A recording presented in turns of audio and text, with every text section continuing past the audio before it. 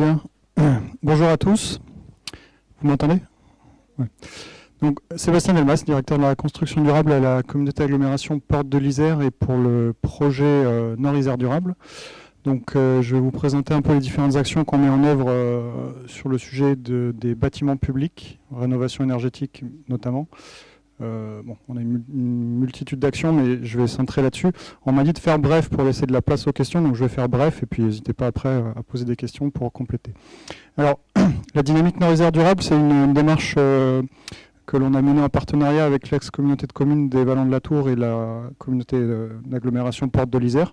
Donc, maintenant, c'est avec la communauté de communes des Vals du Dauphiné, puisque 4 communautés de communes ont fusionné depuis.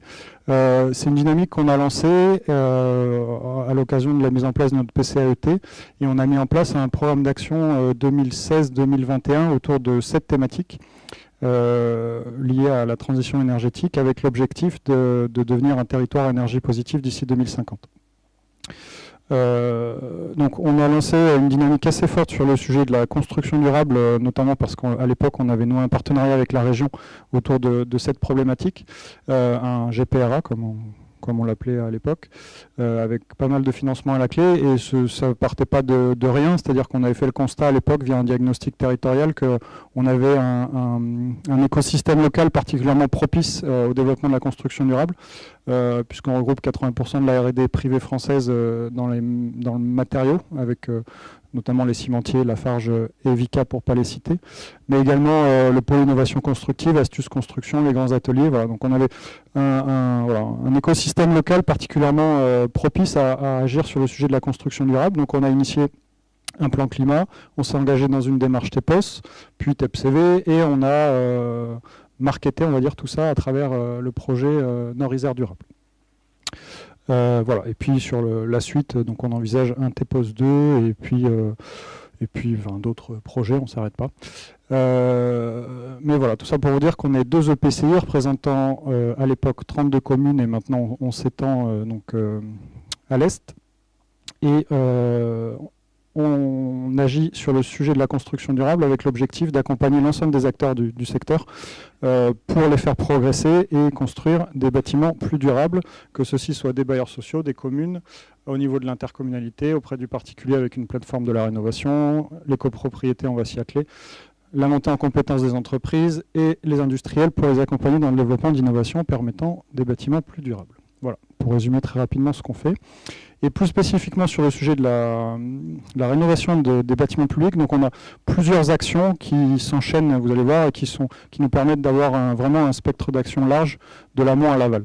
Donc on a mis en place un dispositif de CEP, Conseil en énergie partagée, un accompagnement, Arlisère l'a mentionné tout à l'heure, donc nous on l'a mis en place, un accompagnement de type assistant à maîtrise d'ouvrage, donc un AMO interne sous forme d'une prestation de service intégrée. Donc les communes ont la possibilité de nous solliciter en direct, et donc c'est une mutualisation de compétences au niveau de l'intercommunalité. On est territoire pilote pour le projet Stepping, voilà, on est là. Que porte Auvergne-Rhône-Alpes Entreprises, et on a été lauréat de l'appel à manifestation d'intérêt de la Caisse des dépôts sur la rénovation énergétique du patrimoine bâti des collectivités pour le volet intercommunalité. Donc sur le CEP, on a mis en place ce dispositif en 2014-2015. Aujourd'hui, on a 16 communes qui sont accompagnées sur l'ensemble du territoire. Bon, je ne vous refais pas le conseil en énergie partagée, puis on n'est pas vraiment dans le cœur du sujet, mais vous connaissez bien le principe. En complément, on a mis en place ce qu'on a appelé le CEP+, puisque le CEP, tel que l'ADEME l'avait défini, concernait uniquement les petites communes de moins de 10 000 habitants. Mais on a eu également des demandes de la part de communes de plus de 10 000 habitants qui avaient des besoins de compétences et qui étaient intéressés par de la mutualisation au niveau de l'intercommunalité. Donc on a appelé ça CEP+. Et là, on est un petit peu plus en amont, un petit peu plus sur une vision stratégique de la gestion patrimoniale, d'un point de vue de la performance énergétique. Donc c'est de la comptabilité énergétique, des bilans énergétiques, des préconisations, suivi des contrats et accompagnement à la mise en place des plans pluriannuels d'investissement sur le volet énergétique. Sur le patrimoine de l'intercommunalité maintenant, donc spécifiquement de la CAPI, on a mis en place 2 campagnes d'audit énergétique en 2008 et 2013 pour mettre en place un schéma directeur énergétique, donc avec une programmation pluriannuelle d'investissement de 250 000 € par an entre 2011 et 2013, et là, depuis 2015, à 300 000 € par an, et là, on est monté à 360 000 de mémoire. L'objectif étant, à partir de l'ensemble des audits énergétiques, donc des 80 bâtiments que compte notre patrimoine, de programmer l'ensemble des travaux de rénovation énergétique qui sont les plus pertinents et qui sont en phase avec notre besoin, on va dire, en termes de besoin de la population bien sûr, mais en termes de vision patrimoniale, puisque on le verra tout à l'heure, c'est un élément important lorsqu'on cherche à mettre en place une gestion, on va dire, optimisée des travaux de rénovation énergétique. Il faut que ça soit en phase avec les besoins et avec les orientations politiques. Très concrètement, si on décide de plus proposer, voilà, nous on a des piscines sur notre territoire, c'est un peu une particularité, mais on a des piscines gérées par l'intercommunalité, et dans le cadre de la révision des politiques publiques, on a décidé qu'on allait réduire notre nombre de piscines parce qu'on en a trop. Du coup, on ne va pas investir sur certaines piscines parce que du coup, on va soit les rétrocéder à la commune, soit les démanteler. On a une piscine tournesol magnifique qui a 40 ans, on va en construire une autre, donc on ne va pas investir sur notre piscine tournesol. Voilà. Et donc en parallèle de ça, donc ça c'est une démarche qu'on a lancée dans le cadre du PCET, et en parallèle, on a candidaté à l'appel aux manifestations d'intérêt de la Caisse des dépôts pour lancer des audits énergétiques complémentaires, donc ce qui nous permet, puisqu'on est en train de le faire, d'actualiser un peu les campagnes qui ont été réalisées voilà, ça commence à être un peu ancien, ça a 10 ans, et d'élaborer un nouveau programme d'investissement au regard d'une étude juridique des différents montages possibles, puisque tout ça, on le fait en direct, c'est-à-dire qu'on est soit en régie, soit en allotissement classique, mais on fait de l'investissement direct dans les travaux. Et on n'a pas de montage juridique particulièrement élaboré là-dessus. Donc l'idée, c'est, avec l'aide de la Caisse des dépôts, essayer d'étudier tous les différents montages possibles, donc marché de performance énergétique, montage via des tiers structures type SPL, SEM, CEMOP, ou voire même simplement un dispositif d'intracting, donc en interne sur de la comptabilité interne, mais qui nous permettra de réalimenter un fonds et donc de faire prospérer, on va dire, ce budget de 300 000 € par an. Pour enclencher encore plus de démarches de rénovation énergétique. Voilà, pour le patrimoine CAPI. Et pour le patrimoine des communes, donc en complément du CEP, on est territoire d'expérimentation sur le projet Stepping qui vise... Alors, tu l'as présenté ou pas, Laurent ? Oui, tu l'as présenté, bon voilà. Donc je passe rapidement, mais essayer de mettre en place des démarches de montage juridique un peu, bon, je dis original, mais voilà, complexe en tout cas, pour des bâtiments publics de petites collectivités rurales. Donc aujourd'hui, on a identifié une quinzaine de bâtiments, on en a audité 12, et on a défini, on est en train de définir un programme de travaux au regard de l'ensemble de ces pré-audits. Donc on croise effectivement, comme ça a été fait pour Arlisère, l'ensemble des bâtiments et l'ensemble des lots travaux. Alors c'est un peu la particularité par rapport à des audits classiques, on a essayé de raisonner par lot travaux et pas par poste de travaux, parce que si on dit qu'il faut isoler la façade, ça peut faire appel, alors c'est pas forcément le bon exemple, mais si on dit on va remplacer la ventilation, ça va faire appel au lot CVC, mais le lot CVC il peut aussi toucher au chauffage, donc plutôt que de raisonner par poste de travaux, on essaie de raisonner par lot, et donc ça nous permet de cibler les bonnes entreprises pour les programmes de travaux. En parallèle, on a mené une étude de filière, notamment sur les chauffagistes, puisque c'est souvent eux qui sont impliqués dans un contrat de performance énergétique, parce que notre volonté politique, mais c'est le cas dans beaucoup de territoires, c'est de faire travailler nos entreprises du territoire. Et donc, à travers le développement de ce type de montage complexe, on ne voulait pas écarter des entreprises locales au profit de grandes entreprises, qui sont tout à fait respectables, mais qui auraient fait partir une partie de la valeur ajoutée, et au détriment des entreprises locales, qui seraient soit devenues sous-traitants, soit auraient été évincées du marché, parce qu'elles n'avaient pas la capacité à répondre. Donc on a mené une étude de filière pour aller leur demander s'ils étaient en capacité de répondre à ce type de marché, et sinon, qu'est-ce qu'on pouvait faire pour les aider à monter en compétences.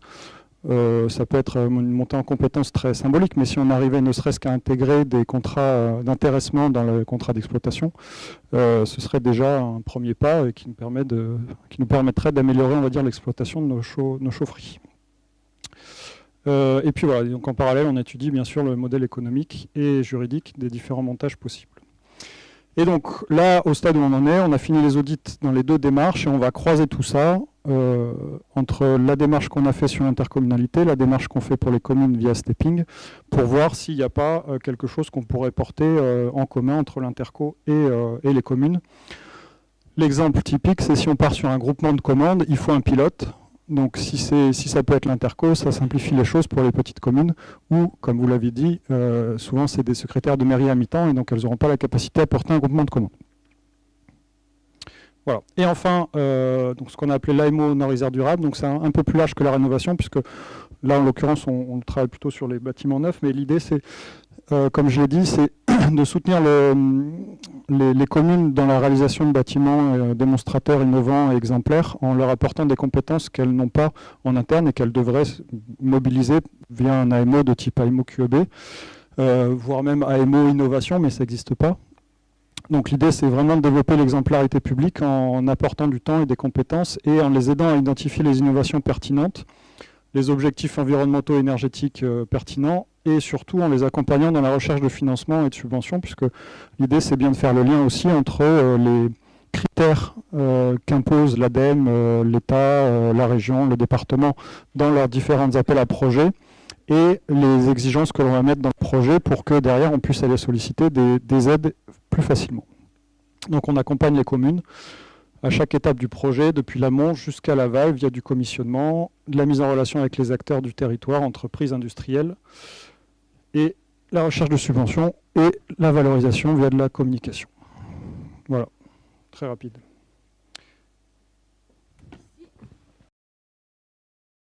Donc, à travers vos présentations des uns et des autres, là, et puis c'est Saint-Flour qui me fait réagir. Finalement, on voit beaucoup d'investissements, on voit beaucoup de choses qu'il faut changer, mais je ne vois pas tellement l'intervention humaine, la matière grise. Quand vous dites qu'il faut faire évoluer les chauffagistes, évoluer, ça veut dire quoi concrètement? Donc moi, je vous donne une piste. De mon point de vue, le lycée ou le collège à Saint-Flour, si vous voulez, je peux le régler depuis mon bureau aujourd'hui, en télé-maintenance, télé-réglage. Enfin, ceux qui savent mieux le faire, ils sont dans la salle. Hein. C'est Dalkia, Eolia, Engie. Eux, ils savent le faire, mais ils ne vous le disent pas actuellement. Mais ils savent très bien centraliser toute l'information, faire les téléréglages, etc. Et je pense que vous, localement, si vous voulez garder l'emploi local, et qu'il ne soit pas des sous-traitants ou des tâcherons, comme on l'a décrit tout à l'heure, je pense que c'est là-dessus qu'il faut appuyer. Il faut que le chauffagiste, il sache déjà intervenir sur sa régulation toute simple, la courbe de chauffe, etc. Et que demain, il ne soit plus obligé d'aller dans la chaufferie du lycée, qu'il puisse le faire depuis chez lui. Et ça, je ne l'ai pas vu ni au... Enfin, le ciel, ni vous, j'ai pas vu ça tout à l'heure. Merci pour Saint-Flour quand même, parce que Saint-Flour, il faut déjà y aller. Hein. Donc celui qui est à l'autre bout, dans son bureau, s'il pouvait augmenter la température dans la salle.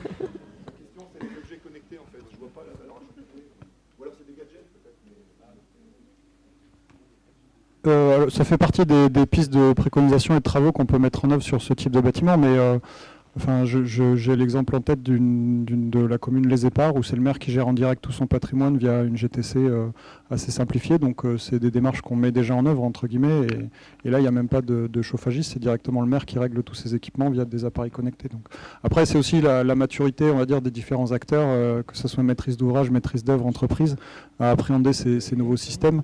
Donc nous, l'objectif, c'est pas de forcer la main à tous, c'est plutôt de mesurer la capacité de ces acteurs à s'approprier ces nouvelles technologies ou de l'innovation ou de l'exemplarité ou des nouvelles contraintes, plutôt que d'imposer d'en haut en disant ben voilà, aujourd'hui vous faites à peine vous faites du P1.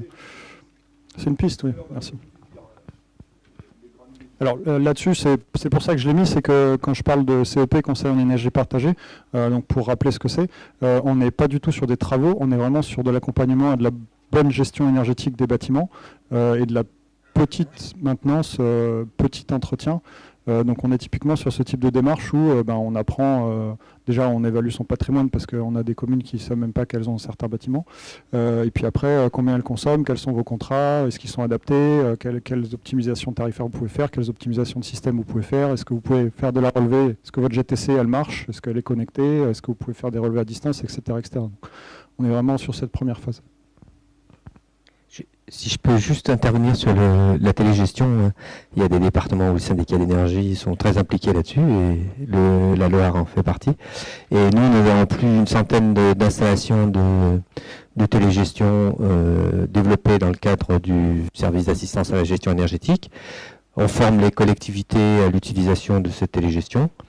Après, on est, nous, en appui s'il y a problème, mais en première ligne, on a les secrétaires de mairie, le maire, etc., pour gérer sa salle des fêtes, pour gérer son école, etc.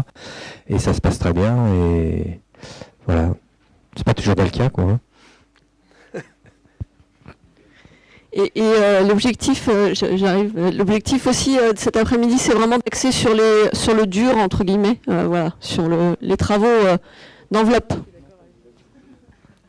Non, mais avec le ciel, on n'a aucun problème. Non, mais tout se passe bien avec vous. Non, simplement je vous ai apporté un élément supplémentaire. C'est vrai qu'aujourd'hui arrive le digital. Et donc, le comportement chez les personnes, en fait, elles vont pouvoir de plus en plus piloter elles-mêmes les choses. Avec notre téléphone portable, aujourd'hui, on est capable de faire beaucoup de choses. Les CPE, il y a quelques années, c'était une chose. Aujourd'hui, on peut tous s'interroger sur comment le numérique et cette nouvelle technologie qui arrive peuvent nous faire bénéficier d'encore plus de performances.